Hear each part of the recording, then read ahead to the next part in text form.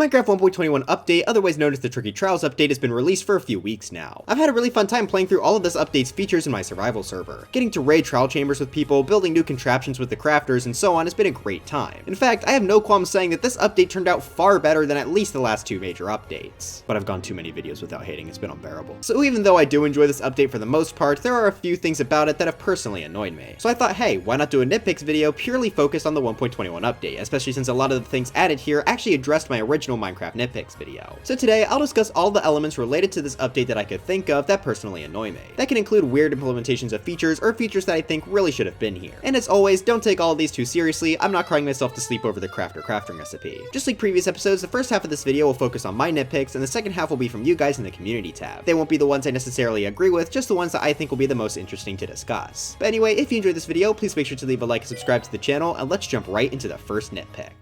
So first things first, I want to discuss the brand new Breach enchantment for the Mace. Now I didn't realize this before making my 1.21 feature video, but this might just be the worst non-curse enchantment in the entire game from a survival mode perspective. Yes, even worse than fire protection.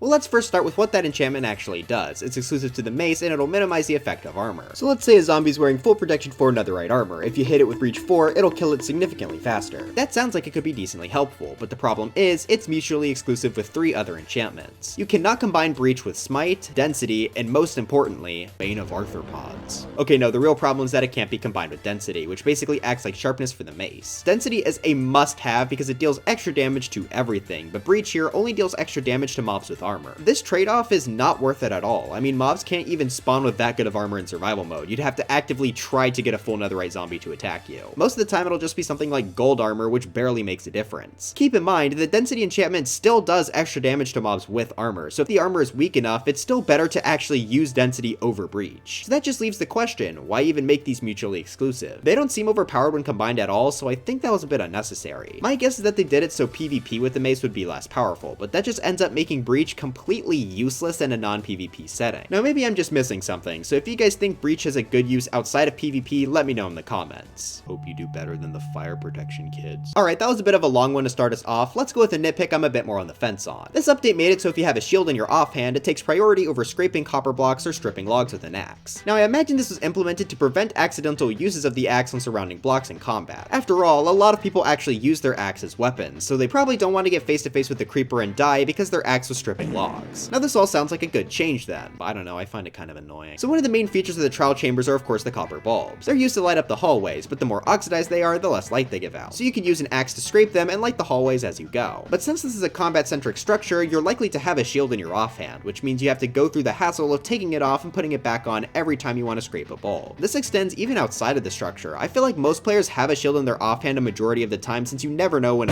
So now if you ever want to build with copper or strip logs, you'll have to remove your shield and hope you remember to put it back. So yeah, I'm a bit mixed on this change. I personally find it much more annoying to constantly take my shield out of my offhand since I don't use an axe in combat. I think it'd be cool if there was some sort of shield priority toggle in the controls menu, so you could use the old method of scraping coming first or the new method of shielding coming first. Okay, now I want to temporarily look away from the things they did add this update and talk about a feature they didn't add that they really should have. Can they just put the bundle in the game already? The fact that this wasn't added last update was bad enough, but it's getting absurd at this point. If you don't know how the bundle works, this will let you put up to 64 items inside of it, and these items can be entirely different from one another. That basically makes it so all these items can take up one inventory slot. The reason I specifically bring it up for this update is because the inventory management in the trial chambers has been a nightmare. For one, you're going to get a ton of mob drops, which you'll probably want to keep. The important thing though are all the new exclusive items that you can find inside. That includes the Gust Pottery Sherd, Flow Pottery Sherd, Scrape Pottery Sherd, Flow Armor Trim, Bolt Armor Trim, Flow Banner Pattern, Guster Banner Pattern, Heavy Core, Creator Music Disc,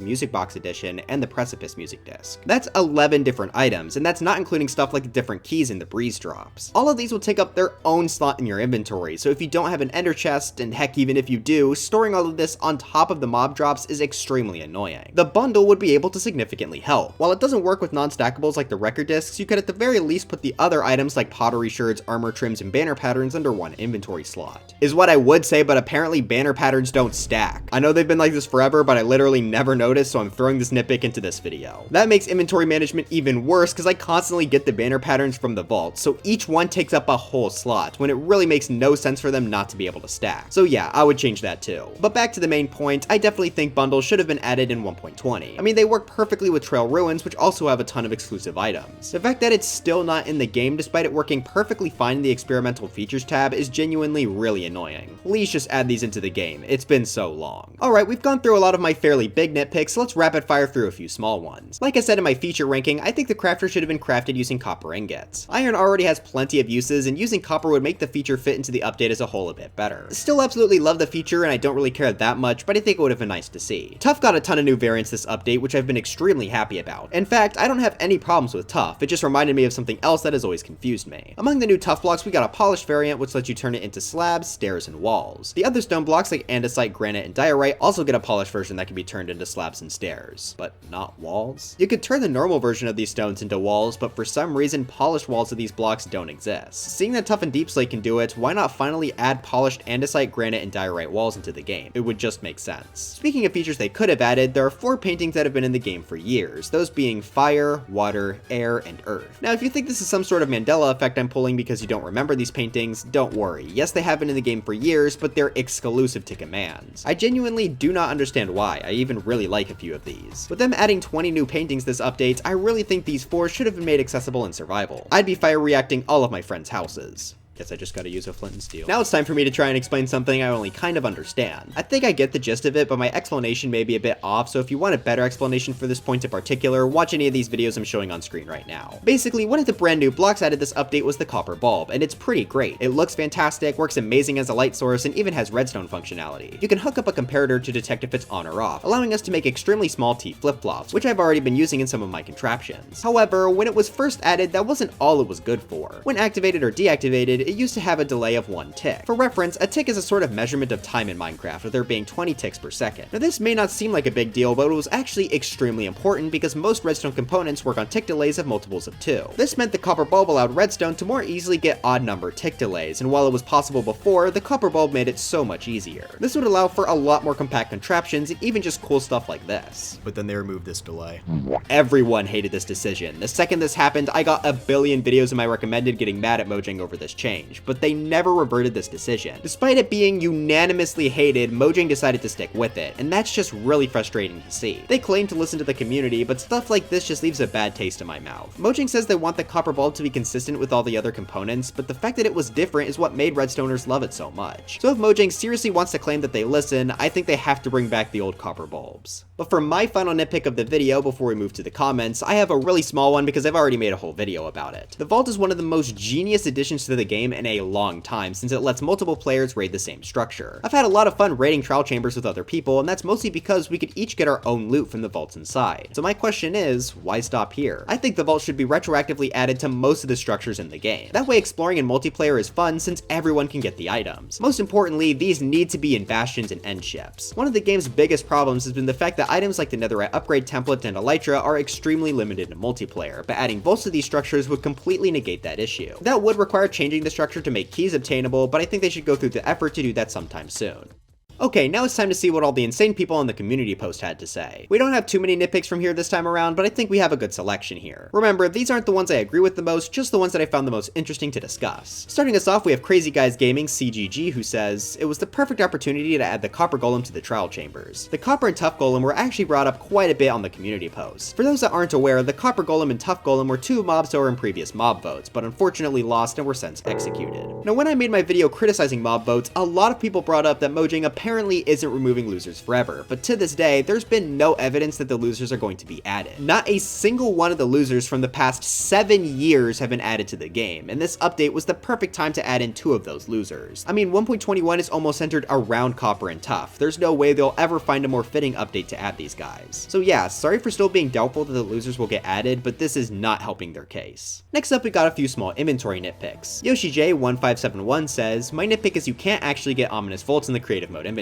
I know this is niche, but like, why didn't they just make this available? Yeah, that is really weird. I think that makes this the only naturally spawning blocks you have to use commands to obtain. No clue why they did that. User I'm not reading all that. Says, you probably already saw this, but blaze rods are held like swords and breeze rods aren't. If you don't know what that means, here's me holding the blaze rod, and here's me holding the breeze rod. Why would they do that? Continuing with this theme of small nitpicks that basically don't matter at all, Emmanuel Ivan Ramos Perez 1312 says, a ladder is missing from one of the trial chamber rooms, making it unsymmetrical, and once you see it, you can no longer unsee it. Worst part is that it's on the title screen too. Oh, I didn't know that before. Well, that's gonna bug me forever. Let's get one I disagree with in here. Linkathon says, it kind of sucks how almost everything that was added in the update is locked behind one structure. I actually got quite a few comments similar to this, and Linkathon's here got quite a few likes too. I don't really understand it though. Yes, there are plenty of things exclusive to the trial chambers, but that's what makes it worth exploring in the first place. It's gotta have cool loot like the record discs or the mace to make people feel as though the challenge is worth it. Most of all, I think you can still thoroughly enjoy this update without ever stepping foot inside a trial chamber. You can make all of the copper and tuff blocks with resources gathered throughout the world, the new paintings and crafter are entirely separate from the structure, and you can even brew all the new potions on your own too. Oh no, sorry, you can't brew a wind charge potion without a breeze rod. Truly the update is ruined. So yeah, I don't really agree with this take. I think this update has a great balance of features for the trial chambers and those outside of it. Yoshi18 Super says, they nerfed Jumbo Josh to just Josh. Why did they do that to him? No. Mirabelle3 says, this is a really small one, but why doesn't the stonemason sell any of the new tuff blocks? I'm actually going to expand on this one because it's always annoyed me that he can't sell deep slate either. I mean, he's able to sell most of the other stone types, so it just makes sense. Now I'm sure most people don't care, and understandably so, because you could just mine these yourself, but there is a reason I'm passionate about this one. One of my favorite ways to play Minecraft is Skyblock, where you're placed on a floating island in the sky with very limited resources.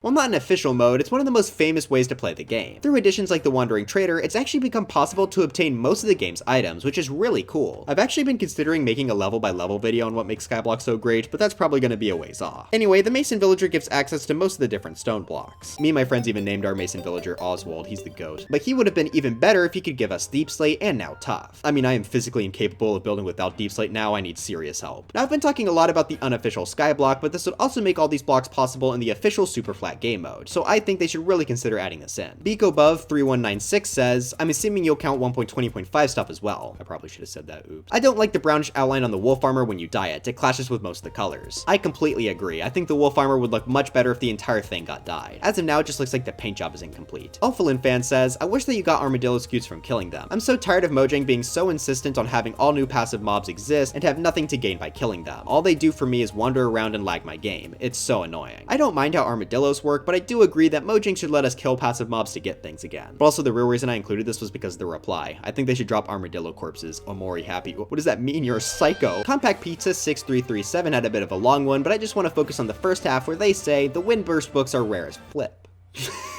They're around half the drop chance of the heavy core and only come in at level 1, and even if you prefer Windburst 2, you'll likely undergo hell getting the 2 books. Yeah, I'm a bit conflicted about this one. On the one hand, I'm not opposed to having a rare enchantment, and Windburst is a fair one to give that status to. It's really fun to use as you go flying into the air, and it can help deal serious damage. But at the same time, I think they went a bit overboard with the rarity. Like Compact Pizza said, you can only get level 1 books from vaults, and you can't get this enchantment from the enchantment table. That means, to get the max level of 3, you'll need 4 Windburst books. I know that sounds stupid, but that's just how Minecraft works. Okay, so what are the chances of getting this? Well, it only has a 5.5% chance to spawn from an ominous vault. That means it'll take, on average, 18.1 vaults to get 1 Windburst book. And again, you need 4 of them. In my opinion, that's a bit overboard. If people decide to grind this enchantment, they may just burn themselves out from this structure due to how many they'll have to take on. I think I would make it so you could at least get any level of Windburst from the vault. That way you don't have to get 4 books. But to end off our video, we've got CNR Products to give us the bad news. We again have a lack of Batman. 1.22 will be our update for sure. But anyways, that's it for this video. Do you all despise the pond painting and hate me for not mentioning it? Let me know in the comments. I know this was a shorter video, but hey, I struggle with that, so I'm actually proud of myself this time. But anyway, I gotta get back to ranking Mario levels, so drive once for Smash, and I'll see you guys next time.